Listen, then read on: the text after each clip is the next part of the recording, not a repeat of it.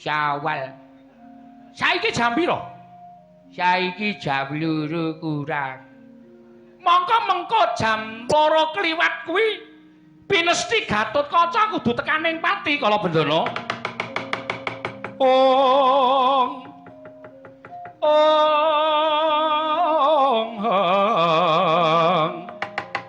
Gagat risang kapirangu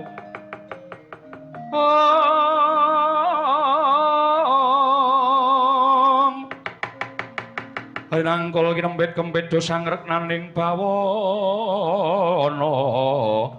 ya kitu kang walang ati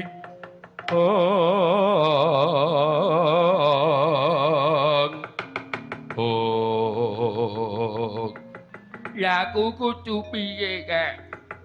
kowe maranono Gatotkaca pethuken patine Gatotkaca ning ras pantes kowe males so aku males piye kek aku wegah aku ora arep males kek nadyan kowe ora males nadyan kowe ora Brandayuda nanging kowe mendumuk lan kuwi dadi lantaraning patine Gatotkaca kuwi wis sah Gatotkaca wis ora duwe utang apa kowe seneng yen anakmu mati mongko isih duwe utang ya ora ayo Narpati ngawangga ngliga Kyai Kunto mongko Gatotkaca bingung gone bakal ndelik mula yen mengko Kunto wis lepas saka langkape Kunto sauten unggahna terna menyang anakmu Gatotkaca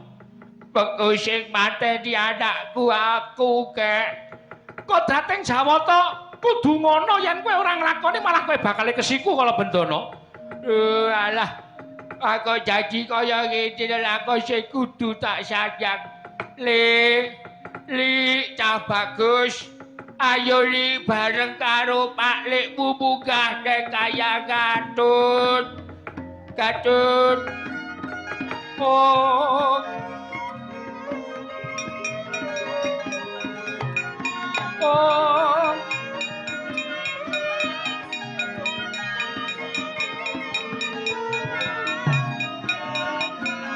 ayo Dut jarine dewa wis pinestine ayo bareng karo makmu cilik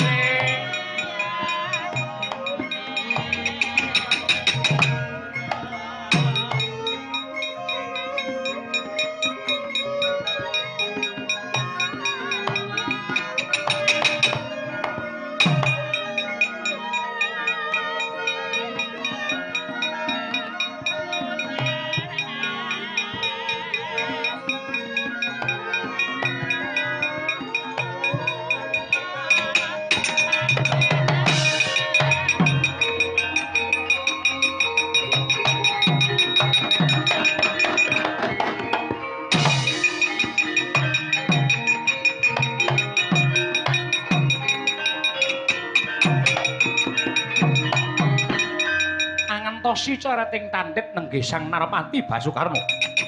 nalika semanten itih kreta Kyai Bandang Angin dupi wonten gebyaring tatit sakleraman mas paosaken ing inggil